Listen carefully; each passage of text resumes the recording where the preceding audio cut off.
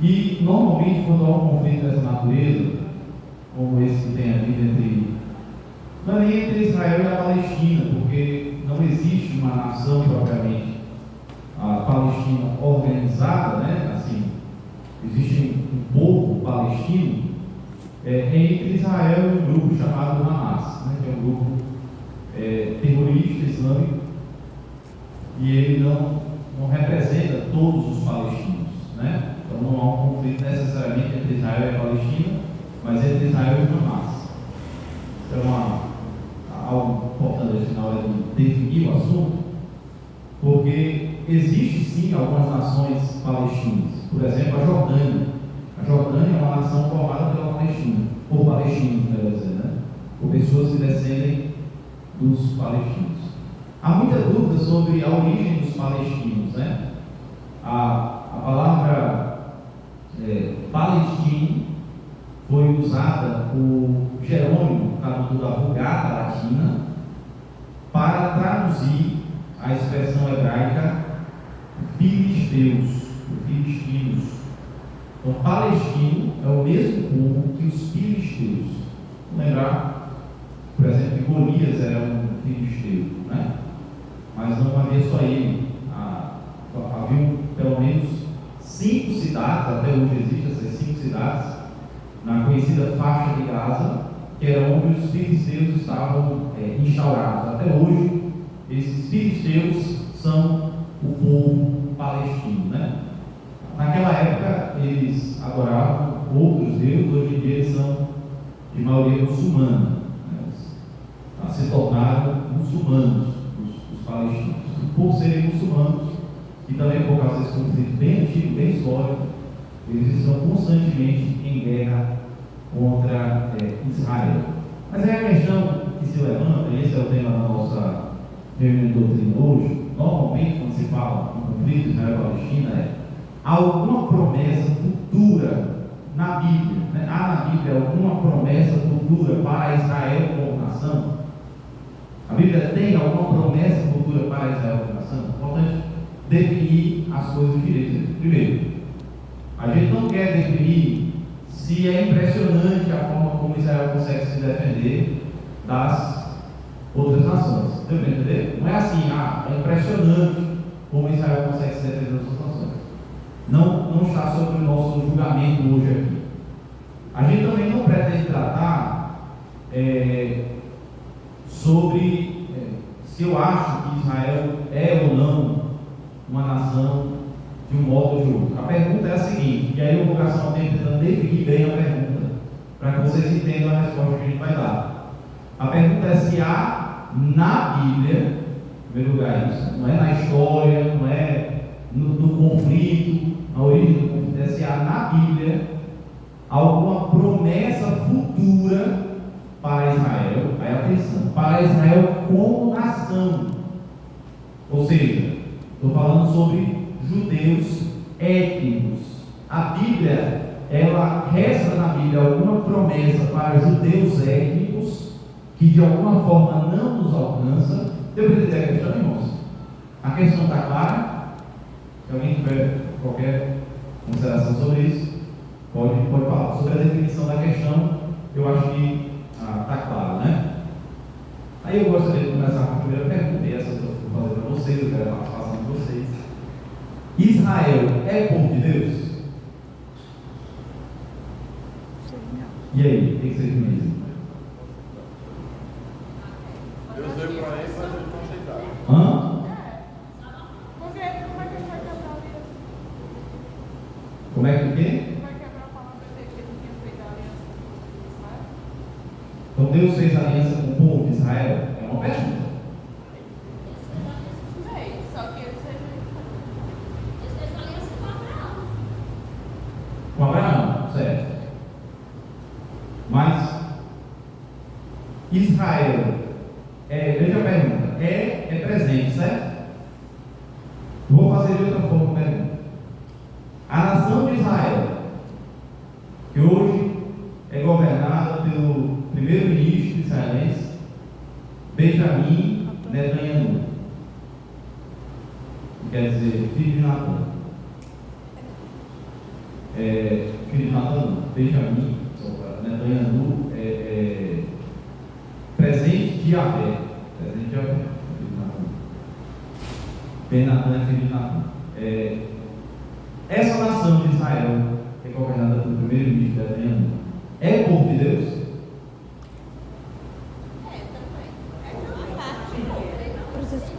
Quem acha que é? Quem acha que a nação de Israel, do primeiro-ministro Benjamim Netanyahu, é povo de Deus? Quem acha? Levanta a mão.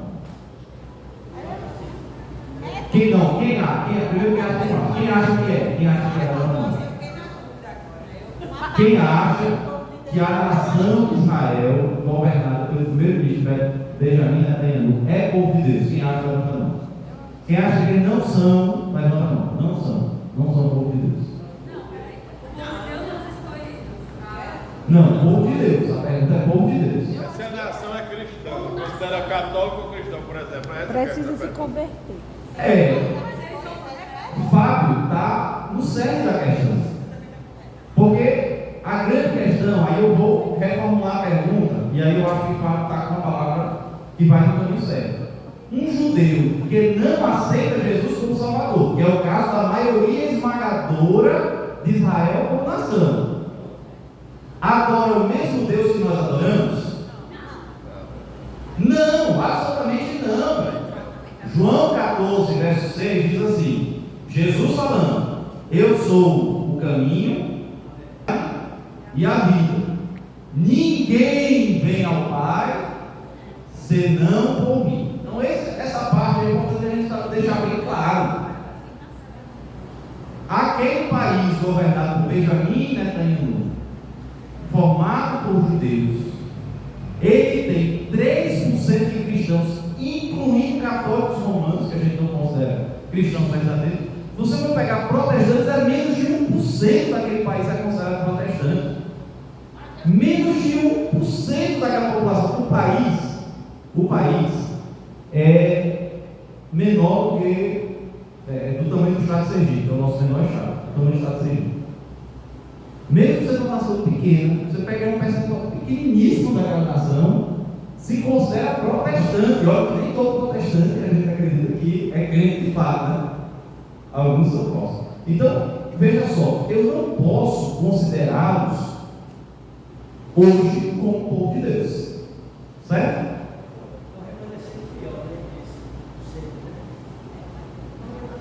Eles são cristãos. Esse é o ponto. Alguém será salvo por ser cristão, independente da sua origem étnica. Essa definição é importante de seguir. Independente, veja só, Abraão, vamos pegar o caso de Isaac, né, que é filho de Abraão. Isaac não foi salvo porque é filho de Abraão. Isaac foi salvo porque creu na promessa de que haveria o Messias, de que o Salvador viria. Isso é importante a gente dizer. Ele acreditou no Messias, ele acreditou em Cristo, e Cristo é a única forma de salvar. Como é que Moisés foi salvo? Porque ele era descendente de Abraão? Não, Moisés foi salvo como?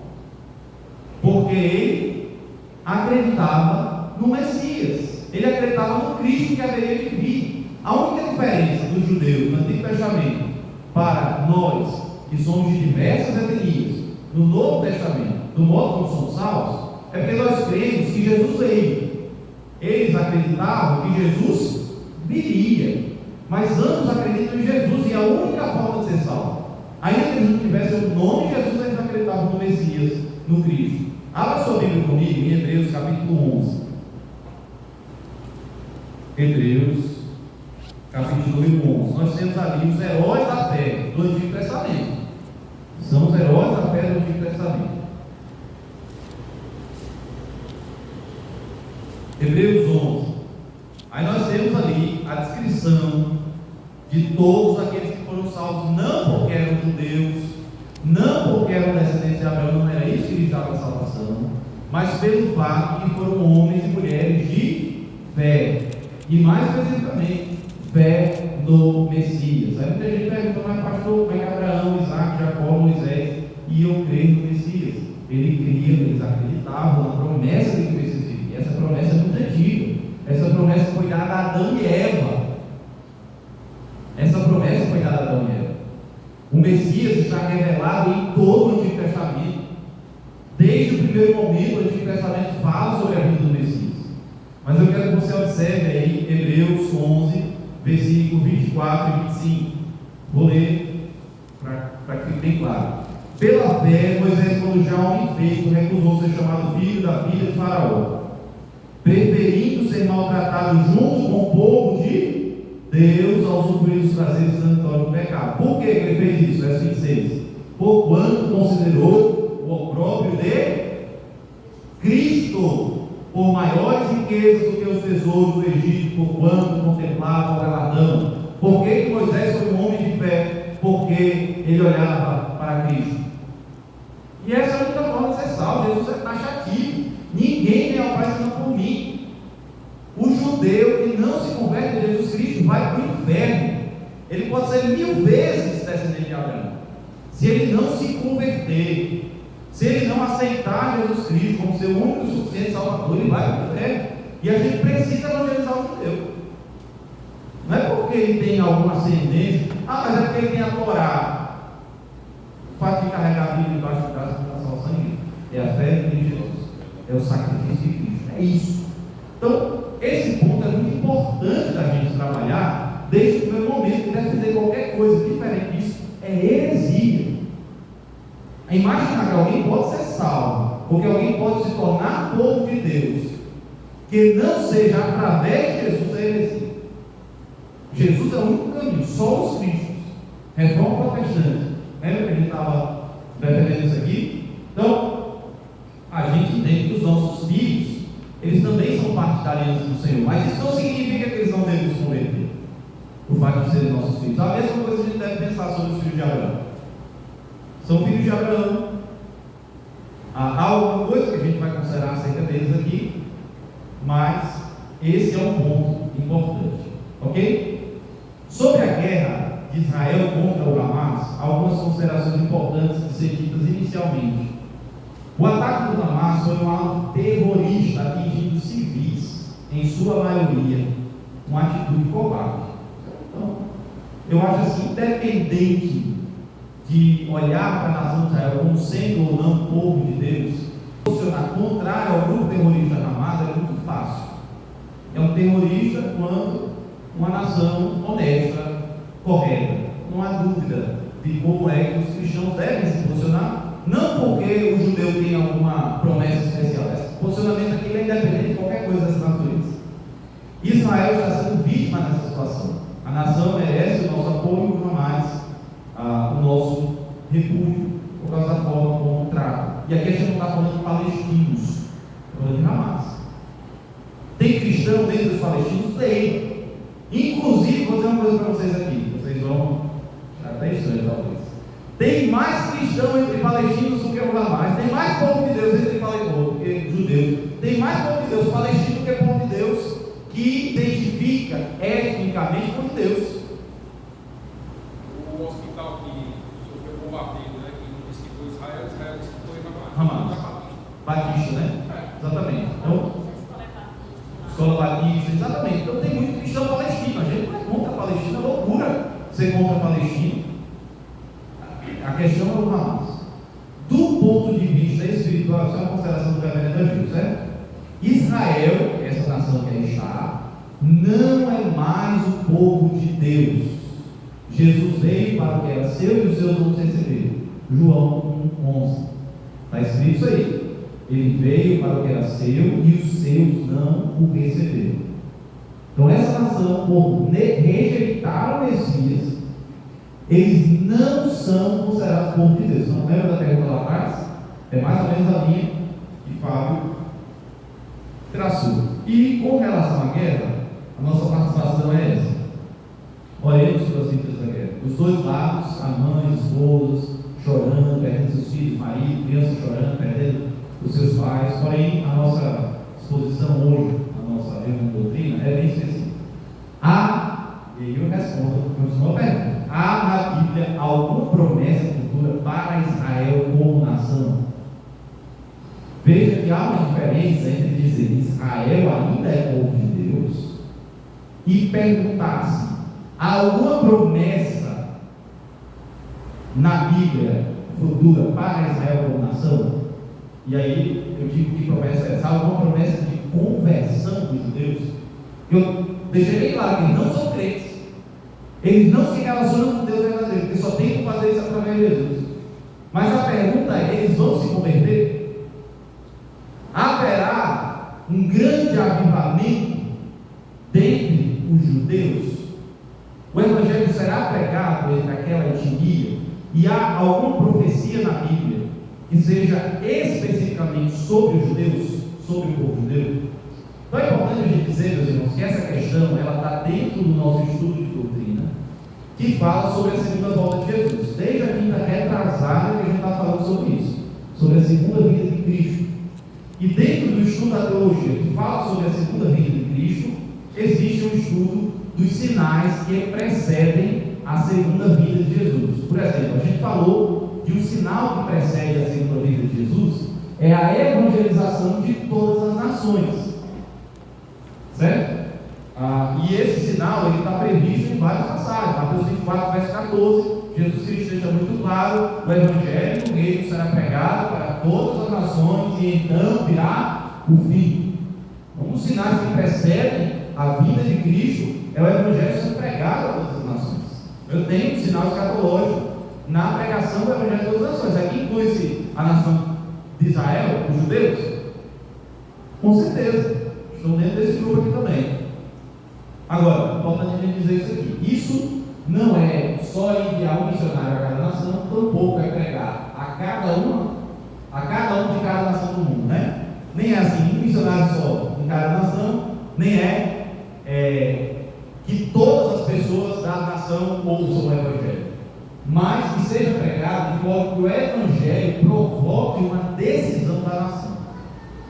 Então assim, a nação de uma maneira geral, ela deverá ser levada a uma decisão. A nação de uma maneira geral, aquela etnia, ela é conclamada a tomar uma decisão. Então esse é um sinal da vinda de Cristo. E aqui eu já tenho o caminho da resposta que eu vou dar para vocês. Um dos sinais que precedem a vinda de Cristo é uma conversão futura de Israel. Glória a Deus. Há uma promessa na Bíblia de uma conversão futura de Israel. Israel como nação voltará finalmente para o Senhor. Romanos 11, de 11 a 32, e essa passagem que a gente vai brevemente trabalhar aqui com vocês, essa passagem parece ensinar que antes do final dos tempos haverá um grande número de judeus de etnia se voltando para o Senhor Jesus Cristo. A gente vai voltar nessas passagens bíblicas. Que outro sinal antecede a vida de Cristo?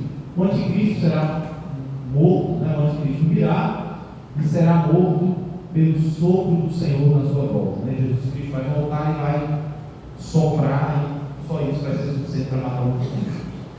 A profecia acerca do anticristo fala de anticristos, no plural, fala do espírito do anticristo e fala de o anticristo.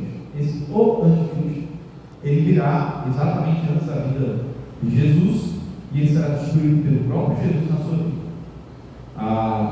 Ele já estava no tempo dos apóstolos, está no papado. A gente viu isso nos outros encontros aqui na quinta-feira. O Papa é o anticristo porque ele se coloca na cadeira que só Cristo pode assentar. E é nessa situação que ele é o anticristo. E alcançará o seu clímax, um aparecimento de um só indivíduo no futuro. Okay? E também há os sinais que antecedem a vinda de Jesus Cristo, sinais de oposições diversos: guerra, fome, terremoto, princípio de dores, grande tribulação, perseguição, martírio, falsos profetas, falsos cristos. Tudo isso aqui são sinais diversos que o Novo Testamento anuncia, vão ser sinais que precedem a volta de Jesus Cristo. E aí, dentro desse quarto sinal aqui, a guerra de Israel contra o Hamas, ela também é um sinal, mas a guerra da Ucrânia contra a Rússia também, entendeu? Não há nessa guerra, e aqui é importante que fique claro, não há nessa guerra nenhum cumprimento de profecia. Tem muita gente que está, essa guerra, pronto, agora vir o final dos tempos. E essa guerra que está acontecendo aí, ela é um cumprimento de uma profecia. Nessa guerra não há nenhum cumprimento de nenhuma profecia específica que falava sobre essa guerra, como alguns até assim, teóricos da conspiração e pessoas assim que trabalham muito com especulação estão tentando afirmar. Pastor, eu associo um pouco essa guerra em Israel com a situação que a gente vê em Jeremias, né? E Jeremias falou que Jerusalém não estava se rendendo ao Senhor, então foi invadido por Babilônia. No final, o povo, alguns, né, se voltaram para o Senhor. Então a gente poderia comparar isso. A diferença é que no caso da Babilônia havia profecia de que aquilo aconteceria. No caso desse ataque do Hamas, não tem nenhuma profecia da Bíblia que fala sobre esse ataque do Hamas especificamente, entendeu? Então, é uma guerra como qualquer outra. Israel, nesse sentido, é uma nação.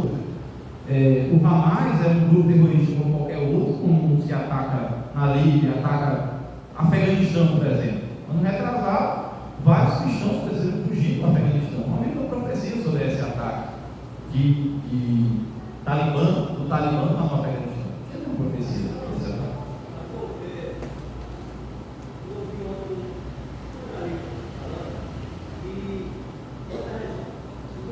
Razões para a guerra, né? Existem razões econômicas, existem razões territoriais, né? Há uma disputa territorial, mas a principal razão é religiosa. Sim, isso aí não tem nem a ver com o nosso estudo aqui hoje. Qualquer analista geopolítico, seja sincero, vai perceber que a principal razão para os ataques é religiosa. O muçulmano, ele tem como projeto de vida eliminar todo o judeu que existe na face da terra. O grupo Hamas é um grupo antissemita, tal qual o nazismo. Do jeito que Hitler queria o holocausto dos judeus, o Hamas quer a morte de todos os judeus, apenas pelo fato de serem judeus em sua origem étnica, apenas por esse fato. É a eliminação de uma raça. Né? Para ele, Israel é um alvo mais fácil, mais rápido. Vocês têm noção, irmãos? O Hamas, o Hamas ele é sunita. Tá? Dentro do pensamento islâmico, existem duas linhas. Assim como dentro dos cristãos você pode ser católico ou protestante, dentro dos muçulmanos tem duas linhas: os sunitas e os xiitas. Não quer dizer que uma é mais radical e outra é menos radical. Tem a ver com isso, não. Tem a ver com os livros que eles aceitam. Os xiitas aceitam apenas o Alcorão. Os sunitas, eles aceitam o Alcorão e outros escritos, a tradição dos muçulmanos mais antigos, outros escritos lá. Então, são religiões diferentes. Assim como o catolicismo e o protestantismo são religiões diferentes, xiita e sunita são religiões diferentes. Tem sunita radical e tem xiita radical também. Não é xiita, não é sinônimo de ser radical, nem sunita é sinônimo de ser menos radical.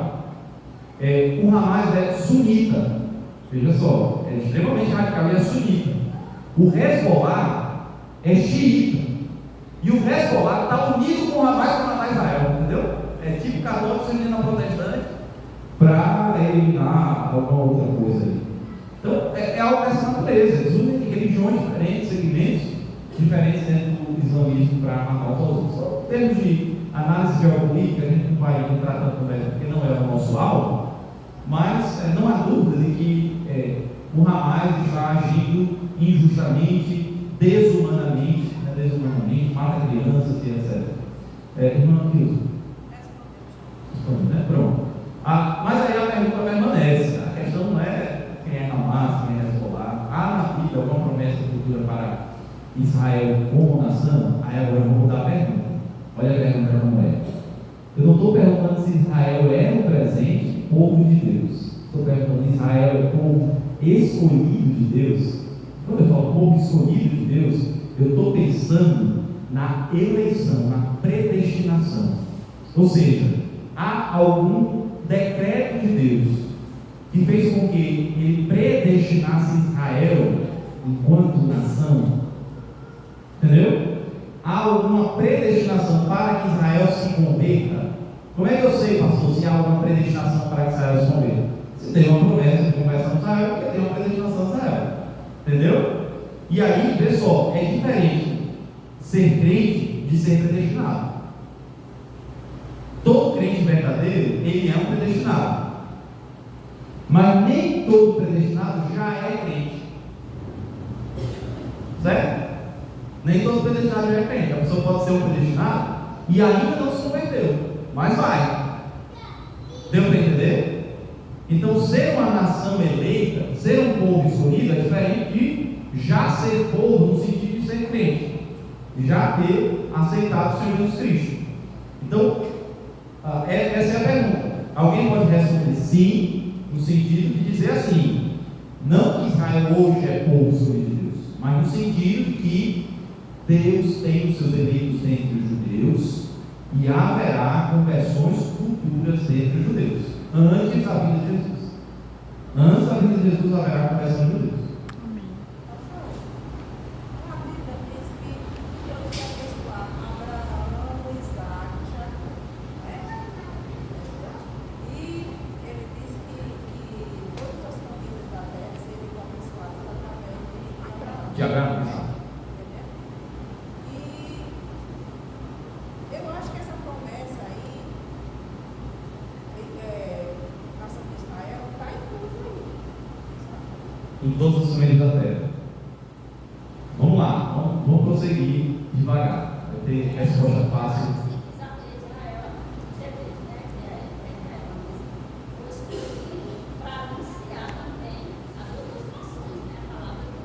Perfeito. E aí tem muito boa essa sua fala, né? E aí tem uma distinção, irmãos, entre eleição instrumental e eleição salvífica. Eleição instrumental e eleição salvífica. Ciro é chamado de eleito de Deus. Ciro. E ele não se converteu. É uma eleição instrumental.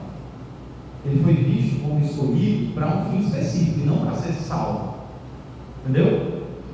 A nação de Israel, ela constitui, enquanto povo, essa eleição instrumental. Agora, enquanto povo, há uma eleição, e aí essa é a pergunta: enquanto povo, há uma eleição salvífica? É possível ser descendente de judeu e não ser eleito? Sim. Então, vamos lá. Coisa importante de ser dito: sobre salvação, Deus não salva o povo, Deus salva indivíduos. Ok? Deus não salva o povo, Deus salva indivíduos. Deus salva os seus escolhidos. Em toda a história, nunca todo habitante de Israel estava salvo. Nunca. Ok? Por exemplo, dois irmãos, Caim e Abel. Caim e Abel. Quem estava salvo? Abel. E Caim? Não. Filhos de Abraão. Filhos de Abraão. Isaac e Ismael. Isaac foi rejeitado. Ismael foi visto. Aí você vai dizer: tá, mas é porque ele não era filho com Sara, era com Agar. Mas vamos lá, filho de Isaac. Filhos de Isaac, quem são os filhos de Isaac? Quem são os filhos de Isaac? Que são descendentes de Abraão, Quem são os filhos de Isaac? Jacó e Esaú, gêmeos. Quem é que é escolhido? Jacó. Esaú é escolhido? Não. Esaú vai dar origem aos edomitas, um povo que Deus mandou eliminar, inclusive, lá no Antigo Testamento. O povo pagão se afasta completamente da adoração do Deus verdadeiro. Então, Deus, isso é importante a gente definir. Deus nunca salvou todo mundo de Israel pelo fato de ser Israel. Apenas os eleitos de Deus são salvos. Sempre houve em Israel justos e ímpios, salvos e reprovados. Olha o exemplo aqui: Esaú e Jacó. E aqui vem um detalhe: a nossa confissão, a confissão de fé versionista, e isso é importante de ser dito, diz que a igreja não está mais restrita a uma nação, como era no Antigo Testamento. O que a confissão de fé versionista diz?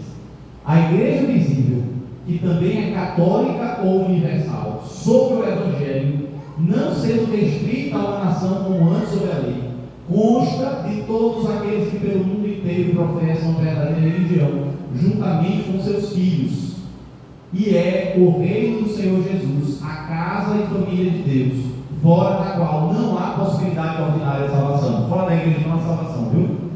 Presbiteriana afirma isso também. Agora, não é a igreja romana, é fora da igreja invisível do Senhor Jesus Cristo. Ok? Não é tempo.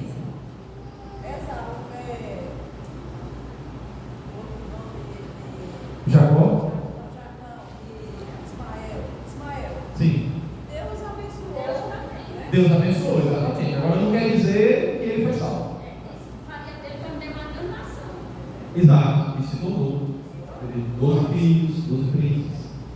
Os árabes, né? Os árabes vêm de descendência de Ismael. Perfeito. Os árabes são descendentes de Ismael. Eu acho que Israel também já tem a bênção de Deus.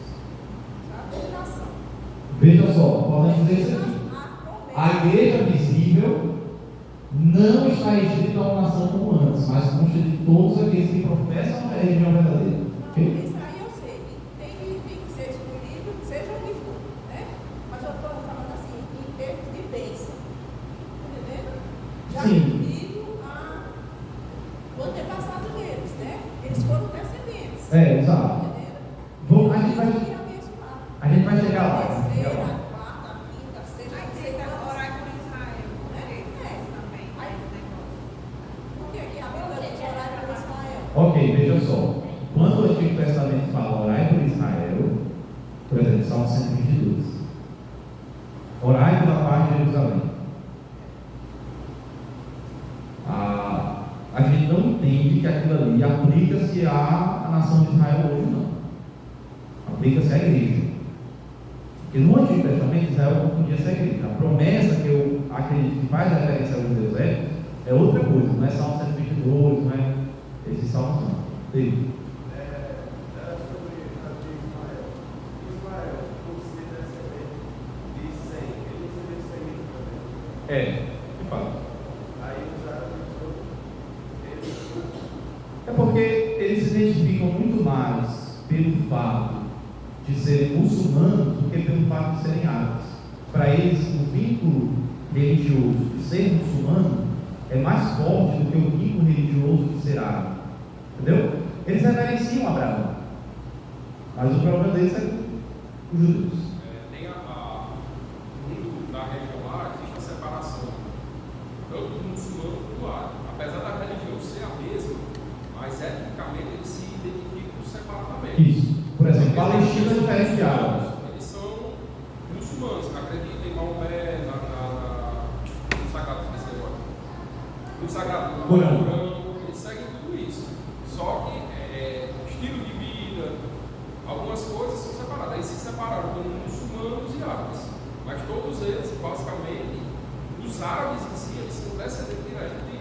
Uma coisa, usar isso para que não. Eu vou chegar a responder a pergunta que eu estou fazendo desde o começo, mas o que eu quero enfatizar: só tem um meio de salvação de Jesus. Deus só tem um povo, que é a igreja. Essa igreja é constituída por pessoas da nação de Israel e por pessoas de outras nações. Não se está entrando no mérito dessa questão, nada disso muda. Tudo que você compreendeu sobre esse assunto até agora permanece, não vai mudar por causa dessa questão que eu estou levantando. A pergunta é só se há alguma promessa para a etnia dos judeus hoje. Se ainda há alguma promessa que Deus não cumpriu, por exemplo, um sinal que precede a vida de Cristo. Ok? Eu queria que a gente não entrasse tanto nos assuntos de geopolítica lá de Israel, porque senão a gente vai gastar muito tempo e não vai conseguir lidar com o tema, né, propriamente. Ok? Então, vou avançar aqui. Essa imagem aqui ela é um pouco ilustrativa da forma como a guerra tem sido vista pelas pessoas. Ok? Então, para que a gente não cometa alguns erros, existe um grupo de intérpretes de escatologia que se chama dispensacionalismo. Então, Israel está sofrendo dispensacionalismo, cumprimento de profecia. E os reformados estão em pé. Está vendo aqui? 3 reformados em pé, dizendo assim: não, a gente não acredita nesse pensamento judaizante. Eles não são cristãos, eles não são povo de Deus. Deus tem um único povo. Então, qual é a diferença do pensamento reformado e do pensamento dispensacionalista? Que é muito comum no Brasil o pensamento dispensacionalista. Então, vocês vão ver muita publicação de evangélicos do Brasil dispensacionalista. Nós acreditamos. Para muitos evangélicos do Brasil, que são dispensacionalistas, aquele povo lá vai ser salvo, mesmo sem confessar Jesus. Por quê? Porque eles acreditam que tem formas diferentes de alguém ser salvo. O que para nós é uma heresia absurdo. A gente não acredita dessa forma. Para eles, quando alguém diz assim, os judeus vão reconstruir o templo, eles vibram. O primeiro profecia, gente. Não, de jeito nenhum. Tem profecia que não sendo cumprida na reconstrução do templo. Acabou o sacrifício do templo. Jesus já fez o sacrifício perfeito na cruz. Não tem mais templo hoje. Pelo contrário, a profecia que tinha sobre o templo era de destruição em 70. Mas os dispensacionalistas gostam de revisitar temas judaizantes. Então eles usam a bandeira de Israel, eles botam um candelabro no meio da igreja. Como é? Na parede também, candelabro bem grande lá na parede e tal. Figuras do tempo que passaram, não fazem parte da igreja do Novo Testamento. Entende isso? A igreja do Senhor Jesus Cristo é universal, é católica, ela é de todas as nações. O que aconteceu com Israel no Antigo Testamento aconteceu para que as outras nações fossem alcançadas. Ok? Então nós reformados não compactuamos com o pensamento dispensacionalista, que é a maioria dos evangélicos brasileiros, que acreditam que Deus tem dois povos, a igreja e Israel. Reverendo Alain René fez uma pergunta aqui no meio do congresso. Ninguém respondeu corretamente.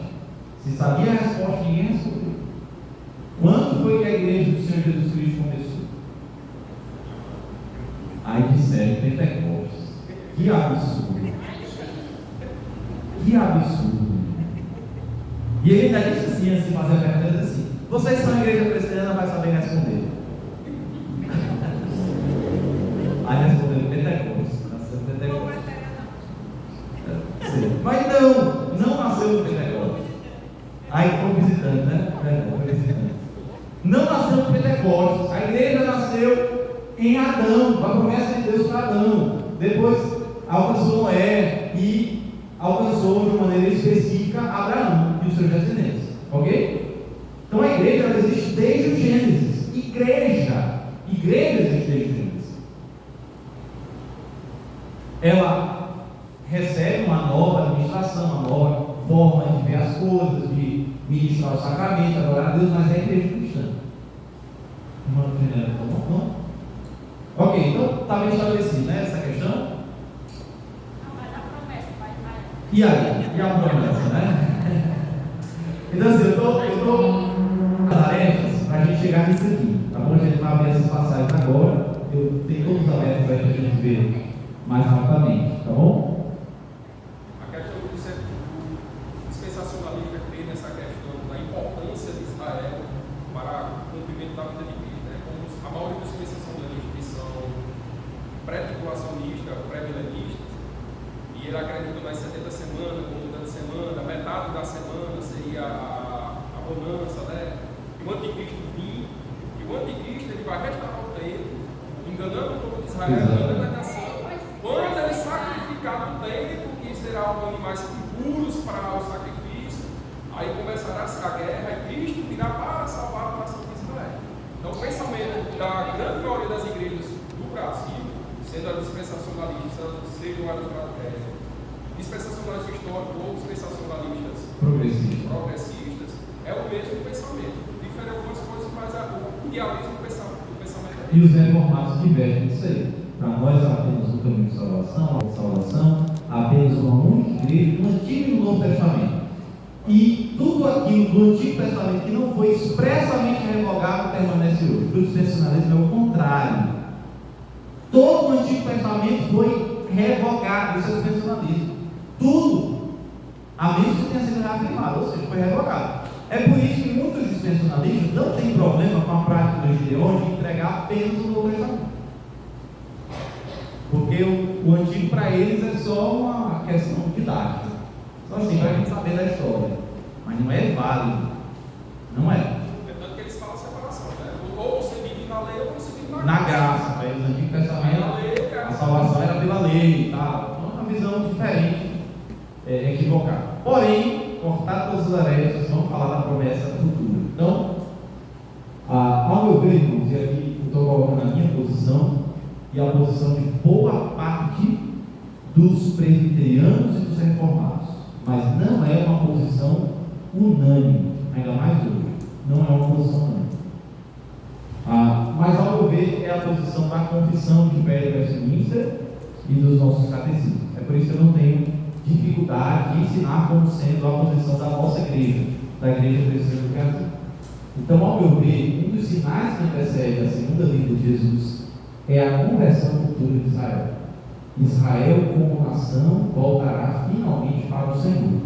E Romanos 11 ensina que no fim, o grande número de Israel voltará para o Senhor. Tem algumas passagens que baseiam essa posição. Uma delas é Zacarias 12, 10, e vai até o capítulo 13, verso 1. Está aqui, aberto para vocês verem. O Zacarias 12, 10 diz: e sobre a casa de Davi, e sobre os habitantes de Jerusalém, derramarei o Espírito da graça e de súplicas. Olha atenção a essa promessa. Olharão para aquele a quem o quê? Transpassar. Há uma promessa lá em Zacarias de que os judeus que transpassaram o Messias, que já havia sido prometido, eles se voltarão ao Messias. Essa promessa ela vai aparecer lá em Zacarias, no Antigo Testamento. Pranteá-lo-ão como quem pranteia pelo unigênito, e chorarão por ele como quem se chora amargamente pelo primogênito.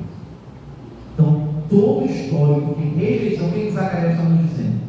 Que todo histórico de rejeição que o Israel étnico tem hoje contra o Messias se voltará num grande avivamento que Deus levantará aquele povo. Aí a gente continua. Zacarias 13: naquele dia haverá uma fonte aberta para a casa de Davi e para os habitantes de Jerusalém, para remover o pecado e a impureza. Okay? Lá no Antigo Testamento, essa é uma passagem. Tem várias outras passagens que se listam como sendo referências a conversões futuras de judeus, mas elas não são tão claras. Zacarias 12, ao meu ver, é a única passagem que é muito claro, porque ele já fala sobre a rejeição de Cristo. Ele está falando sobre alguém que rejeitou o Messias e que depois se arrependeu. Deu para entender? Não está falando simplesmente sobre alguém que não rejeitou o Messias, mas sobre uma nação que rejeitou o Messias, que transpassou o Messias e depois recebeu. E o que é que a gente vai para lá? É lá, vamos por partes. Então, 2 Coríntios 3, 15 e 16. Olha o que Paulo fala nessa passagem. 2 Coríntios 11, 15 e 16. Ele está falando sobre judeus que não se converteram depois da morte, ressurreição e ascensão de Jesus. Olha o que Paulo diz. Mas até hoje, e aí isso aplica-se até hoje também, para nós, né? Ele está falando até época dele, mas se aplica até hoje. Até hoje, quando é lido Moisés, o véu está posto sobre o coração deles. Então, sabe aquela pergunta do tipo assim: mas pastor, eles leem a Torá, eles não são povo de Deus? A resposta é: não, o véu está posto sobre o coração deles. Eles estão lendo, mas não estão entendendo. E quem é o Deus a quem os judeus adoram hoje? É o ídolo. O fato de eles terem o mesmo texto sagrado no Antigo Testamento que a gente, não significa que eles são cristãos, não significa que eles adoram a Deus de verdade. Não, eles têm um véu que está impedindo eles de ver. O véu está posto sobre o coração deles. Agora, olha o verso 16. Quando, porém, algum deles se converte ao Senhor, o véu lhe é o quê? retirado. Então, ele está dizendo o seguinte: há um processo de conversão de judeus. Tem uma coisa importante para a gente dizer aqui.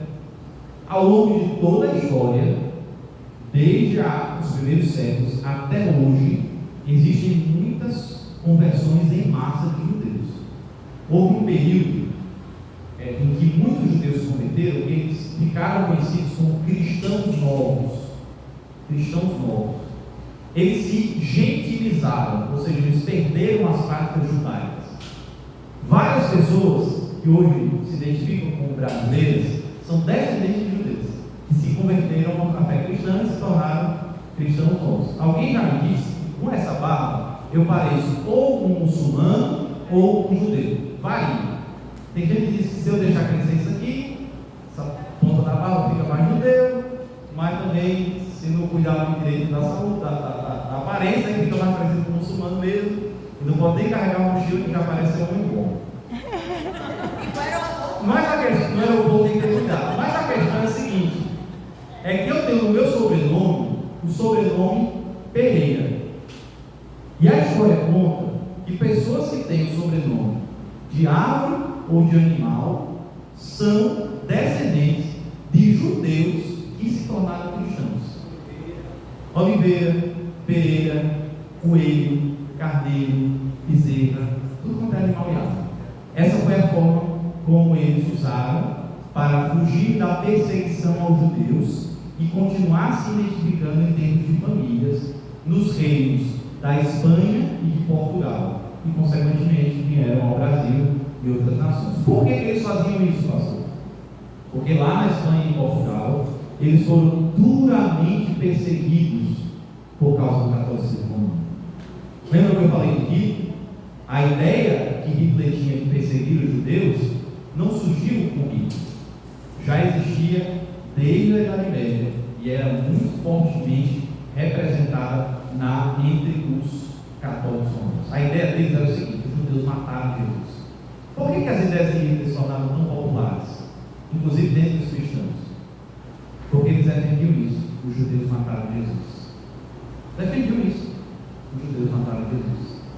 Então, eles conseguiram criar um ódio contra os judeus sob a argumentação de que eles mataram o indivíduo a Jesus. Mataram o indivíduo a Jesus. Sabe qual é a primeira nação do mundo a defender algo chamado tolerância religiosa? Isso eu falo como acadêmico jurídico. Primeira nação do mundo a defender qualquer espécie de tolerância e liberdade religiosa. Primeira nação do mundo. A Holanda calvinista. A Holanda calvinista é a primeira nação do mundo a defender tolerância religiosa. Sabe qual é a primeira sinagoga das Américas? Onde é que ela está? Em Recife. Quem já viu? Lá perto do Marcos Zé, Recife.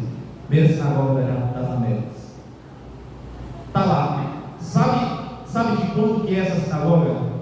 Da época que os calvinistas holandeses dominaram em Recife, da Bahia, na verdade, até o Ceará. Domínio chamado como Brasil holandês. É dessa época. Porque os calvinistas holandeses, eles permitiam que judeus exercessem livremente a sua religião como devessem. E a primeira menção de liberdade religiosa da história, nunca nenhuma nação defendeu a liberdade religiosa. Os calvinistas sim. E eles faziam isso com relação aos judeus. Mas o catolicismo romano não, eles matavam o judeu. Perseguiam e matavam o judeu. Perseguiam e matavam o judeu. Perseguiam e matavam o judeu. Uma das coisas que se faz na celebração da Páscoa, vocês lembram o que o catolicismo faz quando vai celebrar a Páscoa? Judas Iscariotes, aí faz o quê? O bonequinho dele, né? E toma e batendo Judas. Bate. O que isso gera, meus irmãos? O que isso gera nas pessoas? Ódio contra aqueles que traíram e rejeitaram Jesus. Esse ódio foi disseminado ao longo da história, durante toda a Idade Média. O antissemitismo, né? O pensamento antissemita, o antissemitismo. O nazismo, ele não surgiu da noite para o dia. Ele foi desenvolvido durante toda a Idade Média. Toda a Idade Média se desenvolveu ali. Hitler fez acordos com o Papa da época. Mas o ponto aqui que a gente está apresentando é esse: é que quando alguém se converte, o véu quiser tirar. Aqui eu vou pegar Eu não vou pegar, porque aqui eu apresentei que a passagem ela vai do verso 11 ao 32. Eu não vou pegar do 11 ao 32 não, mas você pode anotar para ler com calma em casa. Romanos 11, do 11 ao 32. Não vou pegar do 11 ao 32 não. Eu vou pegar aqui do 25 ao 29. Vou pegar menos versículos, apenas 4 versículos. E aqui nós temos claramente Paulo trazendo uma profecia, que é uma promessa da conversão futura dos judeus. Veja o que está escrito. Porque não quero, irmãos, que ignoreis este mistério, para que não sejais presumidos em vós mesmos, que veio endurecimento em parte a Israel, até que haja entrado a plenitude dos gentios. Olha a profecia que Paulo está trazendo. Que Deus trouxe endurecimento para os judeus. É um percentual muito pequeno, 1% de judeu é crente.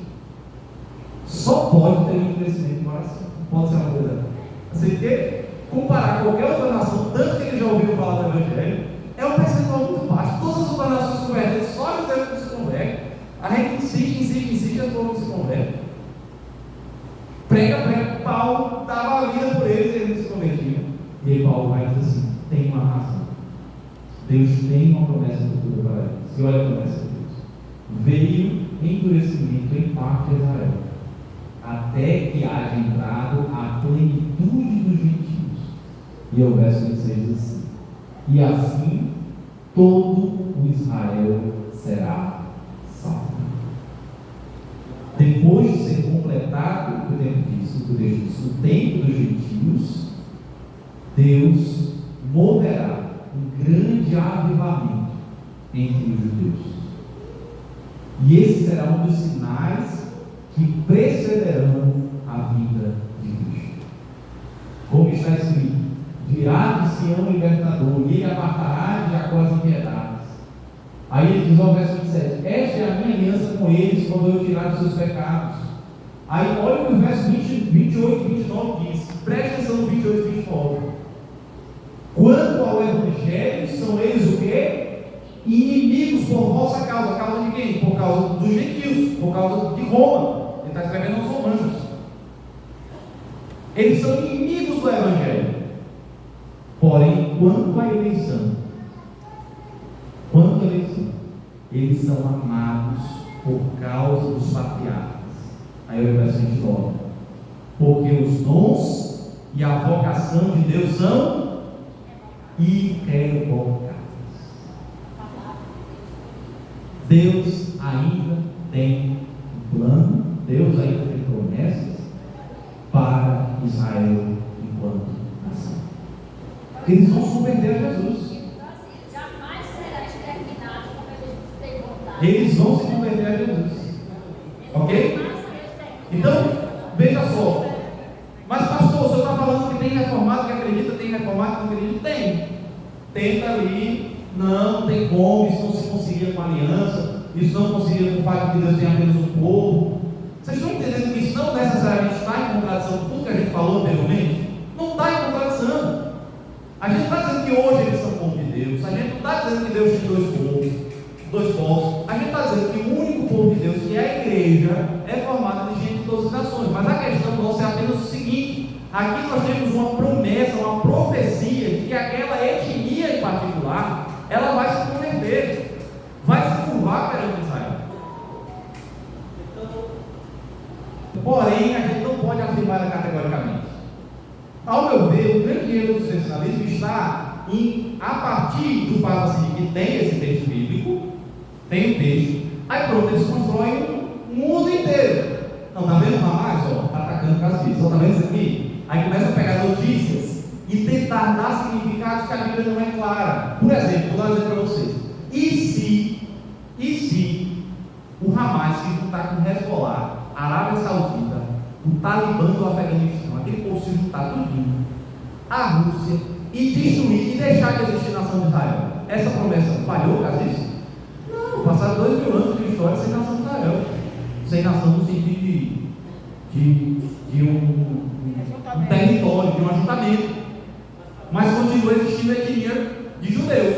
Eles não estão só lá, estão espalhados pelo mundo. Eu não sei se vocês sabem, existe, a Rússia é uma federação. Pesquisa para casa, a Rússia é uma federação. Sabe o que é uma federação? Ela tem estados. Tem estados, por exemplo, estado do Rio Grande do Norte, estado do Ceará, estado da Bahia, estado de São Paulo. A Rússia é uma federação também tem estados. Eles não chamam de estados, chamam como província, e tem outras classificações também, mas eu não lembro exatamente o nome deles. Veio agora pertinho, mas fugiu. Tem as repúblicas independentes, mas tem um outro termo, que é para uma classificação menor, oblast, é um termo diferente assim. Enfim, eles têm um estado lá, que é um estado de judeus, e o hebraico é a religião oficial, sabe disso?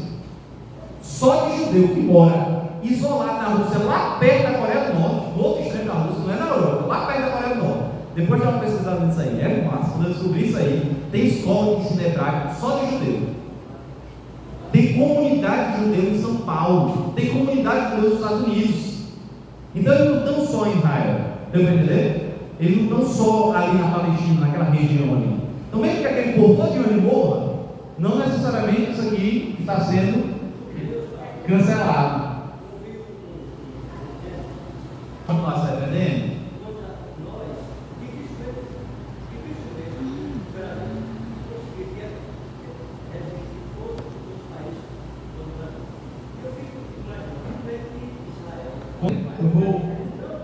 Eu vou responder.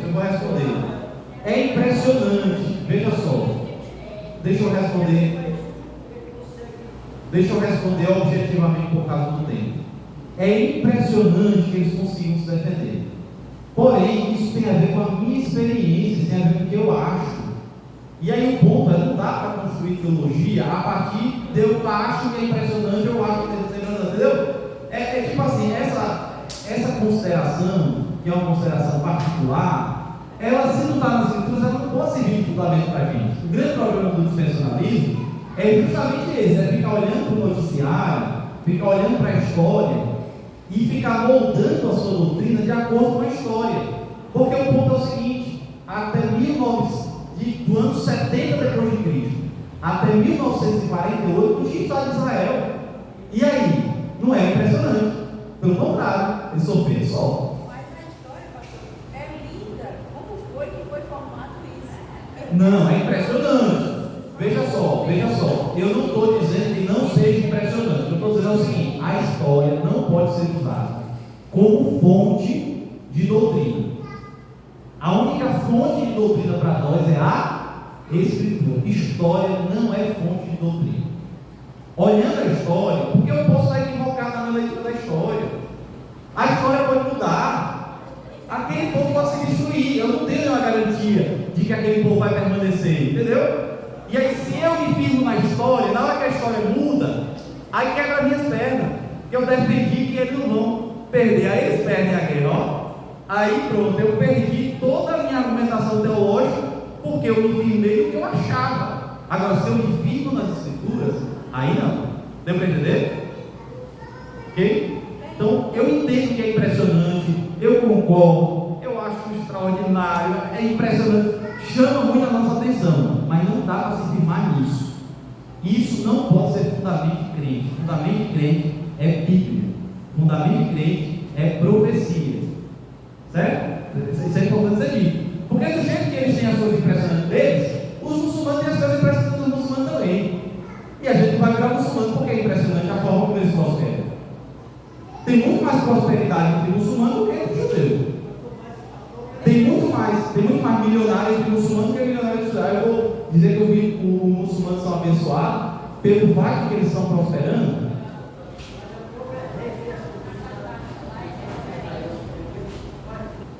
Porque a recriação do Estado de Israel, quem dizia isso era Calbart, era um pensador que dizia isso exatamente como o senhor falou. A recriação do Estado de Israel é uma prova de que Deus opera na história. Não é. A recriação do Estado de Israel é um fenômeno natural, não há nada de sobrenatural naquilo. Mas não tem um versículo, pastor, que iam se juntar, estavam espalhadas, porque eu não anotei o versículo. E eles estavam espalhados, se eu leio esse verso, e ia Não, eu não estou. Não, eu não estou. Onde é? Não, eu não estou lembrando dessa passagem, não. Estou lembrando dessa passagem. Se há uma passagem e ela não já foi cumprida, porque o ponto é esse: tem muitas passagens que já foram cumpridas. Por exemplo, o exílio babilônico. Eu acho que já foi cumprido o exílio babilônico, ele foi uma dispersão. E pós-exílio babilônico, o povo se reagrupou de novo. Talvez já tenha sido cumprido esse exílio. O ponto é o seguinte: não dá para criar doutrina a partir de história. Não façam isso. É perigoso demais. A gente defende só a Escritura, só a Bíblia é palavra de Deus. A recriação do Estado de Israel é um fenômeno natural. Foi a ONU que recriou o Estado de Israel. É um fenômeno natural. Não há nada na Bíblia que a gente possa dizer que aquele evento de 1948, a recriação do Estado de Israel, seja um fenômeno sobrenatural. Ok?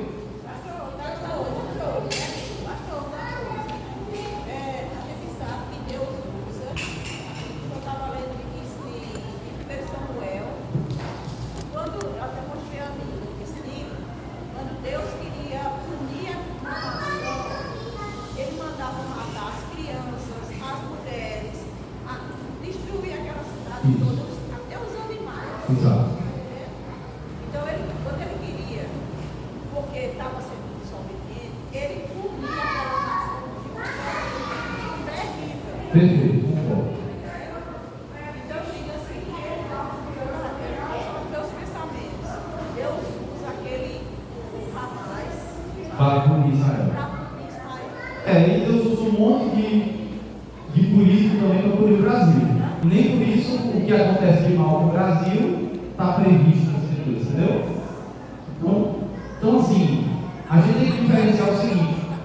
Lá em Deuteronômio, que é a bênção e a maldição. Exato. Isso serve para o Brasil, isso serve para os Estados Unidos, serve para Israel, não há nenhuma distinção nesse sentido. Irmãos, como as crianças estão chegando, eu preciso objetivamente dar o fim. Então não vou abrir mais para comentários agora. Ao final, quem quiser vir conversar comigo, eu vou ficar aqui até meia-noite se vocês quiserem. Tá bom? É só a consultar ficar ligada a luz, a gente fica até meia-noite, tá bom? Mas só para poder encerrar a nossa programação, uma coisa que é importante, porque se vocês forem estudar esse assunto, vocês vão perceber que existem interpretações diferentes dessa passagem, ok? E eu quero preparar vocês quanto a isso. A profecia é: todo Israel será salvo, ok? A discussão é: o que significa essa palavra todo Israel? É uma referência a judeu étnico ou é uma referência ao Israel de Deus? O que é Israel de Deus, pastor? Israel de Deus é a igreja. Lembra que Deus tem um povo só? Então, esse texto aí pode ser uma referência à profecia de que a igreja vai ser salva. Pode ser que signifique isso. Ok? Poxa, pastor, eu já tinha entendido, agora você trouxe dúvida. Sendo que no próprio texto, eu estou entendendo que aqui trata-se de judeu étnico e não da igreja de uma maneira geral. Veja o texto. Ele diz assim: olha só, o endurecimento veio em parte ao quê? O endurecimento veio em parte a Israel. Esse Israel que veio do endurecimento em parte, é Israel étnico ou é Israel espiritual? Alguém não entende a diferença do conceito de Israel étnico e Israel espiritual? Alguém não entende? Não entendeu? Levante a mão, não tem problema nenhum. Todo mundo entende essa diferença conceitual? Israel étnico e Israel espiritual. Alguém não entende a diferença desses conceitos? Israel étnico, descendentes de Abraão por geração ordinária. Israel espiritual, igreja do Senhor Jesus Cristo, que é formada por judeus e gentios. Ok? A primeira vez que aparece a palavra aqui Israel, o endurecimento vem de parte para Israel. É Israel étnico ou espiritual? Com certeza, não tem nenhuma dúvida. A primeira parte que é: até que haja entrada a plenitude dos gentios. Aqui inclui-se Israel nessa entrada dos gentios? Não. Está falando de todo mundo que não é Israel. Aí ele vai concluir: e assim todo o Israel será salvo. olhando o texto de uma maneira geral, e é o que eu falei, olha em casa a partir do verso 11, olhando o texto de uma maneira geral, claramente esse todo Israel será salvo é Israel étnico, não é Israel espiritual, mas há quem interprete esse texto como sendo uma referência a Israel espiritual. Deu para entender? E a gente respeita. Para essas pessoas não tem nenhuma profecia, ok? Então, para ninguém dizer assim, pastor, esse todo reformado entende dessa forma. Não, nem todo reformado entende dessa forma. Pastor, qual é o livro que o senhor se baseia? Esse aqui, ó. Promessa do Futuro, Cornélio Zema, da Cultura Cristã. Ao meu ver, é o melhor livro que tem sobre esse assunto. O Franco Ferreira lançou um livro recentemente também sobre esse assunto. O nome do livro é Por Amor a Sião. O Franco Ferreira é batista. Eu tenho, assim, ele não tem a mesma visão escatológica que a gente. Então, talvez, em algum ponto, ele divida da gente. Eu prefiro ficar o Cornélio Zema. Então, Cornélio Zema tem um trecho desse livro. Esse é um livro de escatologia, de uma maneira geral. Ele fala sobre todos os assuntos. Mas eu me convenci disso que eu estou falando para os irmãos a partir da leitura de Cornélio Zema. E o próprio Catecismo Maior de Westminster. Olha que interessante. Essa visão que eu expressei para os irmãos é a visão do Catecismo Maior de Westminster, que resume a visão puritana, a visão de todos os reformadores da época dos puritanos. A pergunta 191 do Catecismo Maior da nossa igreja, que portanto é doutrina oficial da Igreja Cristã do Brasil, deu para entender? É doutrina oficial da Igreja Cristã do Brasil, que está na pergunta 191 do Catecismo, pelo que oramos na segunda petição da oração do Senhor. O que diz a segunda petição da oração do Senhor? Decorado, ninguém sabe? Primeira petição: santificado seja o teu nome. Segunda: venha o teu reino. Então, o que a gente está pedindo quando a gente pede venha o teu reino? O Catecismo Maior diz que quando a gente ora pedindo venha o teu reino, a gente está orando o seguinte: oramos para que o reino do pecado de Satanás seja destruído, para o Evangelho ser propagado por todo o mundo, e para o quê? Que os judeus sejam chamados e a plenitude dos gentios seja trazida. Por que o Catecismo Maior diz isso? Porque a teologia dos membros da Assembleia de Westminster entendia que havia sim uma promessa futura para Israel étnico, que é a posição que eu estou apresentando para vocês. E é por isso que eu entendo que essa é a posição oficial da Igreja Presbiteriana. Apesar de alguns pastores que discordam, mas o Catecismo Maior justifica essa posição. Ok? Então, só para vocês, o pastor está inventando história, não está ensinando heresia, está em conformidade com o Catecismo. Não só o Catecismo, mas o diretório de Westminster para o culto público a Deus nos ensina a orar da seguinte forma: a propagação do Evangelho do Reino de Cristo a todas as nações, a conversão dos judeus, a plenitude dos gentios, a queda do anticristo e a aceleração da segunda vinda do nosso Senhor. E o Catecismo Maior ainda diz: haverá uma grande conversão dos judeus à medida que a impiedade for afastada de Jacó. E ele cita Romanos 11. E o Catecismo Maior também cita Romanos 11, mostrando que essa é a posição da Igreja Presbiteriana.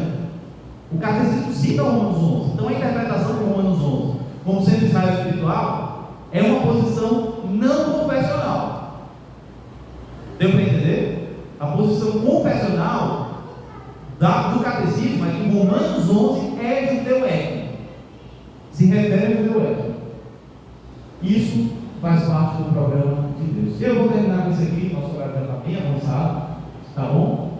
Teólogos notáveis da história que acreditaram em uma conversão futura de Israel nacional ou Israel étnico. E aí, Murray, William Perkins, J.C. Riley, que é inclusive um americano, Martin Lloyd Jones. Quem já ouviu falar do Martin Lloyd Jones?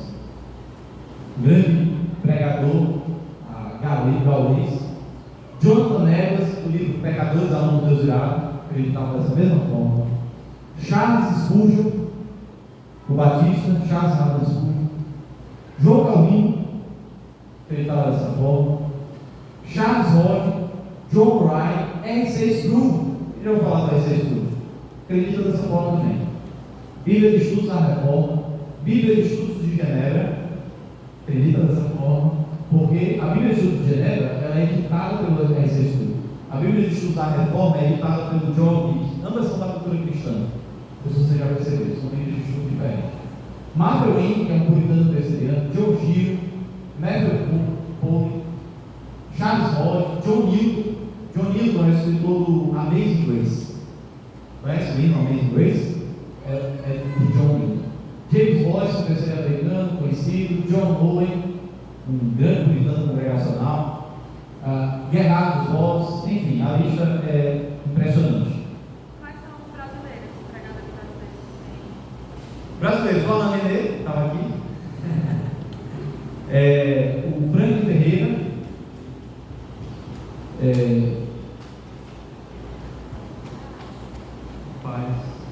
Eu não sei, essa discussão no Brasil ela é nova. Essa discussão no Brasil. O Weber Carlos Campo e o Weber Campos Júnior. Pronto, eu aprendi essa posição com o Weber Campos Júnior no seminário. Ele era meu professor do seminário, quando a gente teve longas discussões sobre esse assunto, e o Weber Campos Júnior, usando o Cornélio Venema, nos convenceu dessa posição. Então o Weber Campos Júnior, ele defende essa posição também no teólogo brasileiro. Ok? Então, a gente respeita quem pensa de maneira diferente, mas eu acho que está claro aqui a posição da Igreja Presbiteriana do Brasil acerca desse assunto, né? Como eu falei, meus irmãos, ela tem que ser entendida com moderação, tem que ser entendida com cuidado, né? Pensar nas implicações, o que isso significa e tal. E qual é a nossa parte nisso tudo? Vamos orar para que Deus alcance os judeus. Isso aí, qualquer pessoa, qualquer cristão topa em fazer. Sempre que quando você sabe que tem uma promessa que vai dar certo, que eles vão se converter em algum momento, dá um ânimo bem maior de orar. E você está orando por uma coisa que você não sabe se Deus vai fazer. Você está orando por uma coisa que você sabe que Deus tem a promessa que vai fazer. Vamos orar para que Deus converta os judeus. Outra, vamos enviar missionários a Israel. Existe uma maneira geral, dentro dos evangelhos, por causa do sensacionalismo, a ideia de que o judeu não precisa ser evangelizado. Isso é péssimo. Eu ouço falar de missionários sendo enviados para todo canto, menos para Israel. Eu nunca ouvi falar que a igreja diz: vamos mandar missionários para Israel. Nunca ouvi falar de alguém dizendo: o pessoal fala em evangelizar a África, fala em evangelizar o muçulmano, fala em evangelizar a Ásia, fala em evangelizar os Estados Unidos da América, evangelizar a Europa, evangelizar tudo, o sertão brasileiro. Eu só não vejo ninguém falando que tem que evangelizar o judeu. E tem que evangelizar o judeu. Porque o povo não evangeliza o judeu. Vamos apressar a vida de Jesus, né? Usando aqui um termo de Pedro, uma expressão da carta de Pedro, esperando e apressando a vida do Senhor. Como? Evangelizando, pregando o evangelho. Porque esse é um sinal que antecede a vida de Jesus. Só voltará quando esses sinais se cumprirem. O evangelho foi pregado a todo mundo e Israel foi alcançado. Pastor, o que significa Israel ser alcançado? Quantas pessoas precisam se converter para significar que eles serão alcançados? Se a gente soubesse dizer isso, a gente conseguiria marcar o dia da volta de Jesus. A gente não tem como dizer isso, entendeu? Porque a gente não sabe quando é que Jesus vai voltar. Então, é algo que a profecia não detalha. Eu acredito que vai ser um grande número de judeus. Agora, quantos vão ser? Qual o percentual? Não sei. A gente só sabe que vai ter um avivamento. Vai ter um grande número de judeus se convertendo. Amém? Já vem tendo um grande número de judeus se convertendo desde a época de Jesus. Já vem tendo. Em alguns momentos esse número cresce, em outros momentos esse número diminui. Ele vai alternando, ele vai mudando esse número, mas ainda não teve uma conversão significativa. Okay? Ainda não teve um grande avivamento entre os judeus. Isso a gente não pode dizer que teve. Não teve. A gente já viu avivamentos em várias nações do mundo, menos avivamentos entre os judeus. Mas quando o judeu lá se converte ao cristianismo, eles são perseguidos pelos seus. Pelos judeus, não. Israel é uma nação bem ocidentalizada, diferente dos muçulmanos. Israel, irmãos, é uma nação bem ocidentalizada. Inclusive, Israel não é conservadora. Israel tem uma das maiores marchas LGBT do mundo. Eles aceitam a homossexualidade assim, livremente. Aborto, eutanásia, todo tipo de atrocidade moral eles praticam.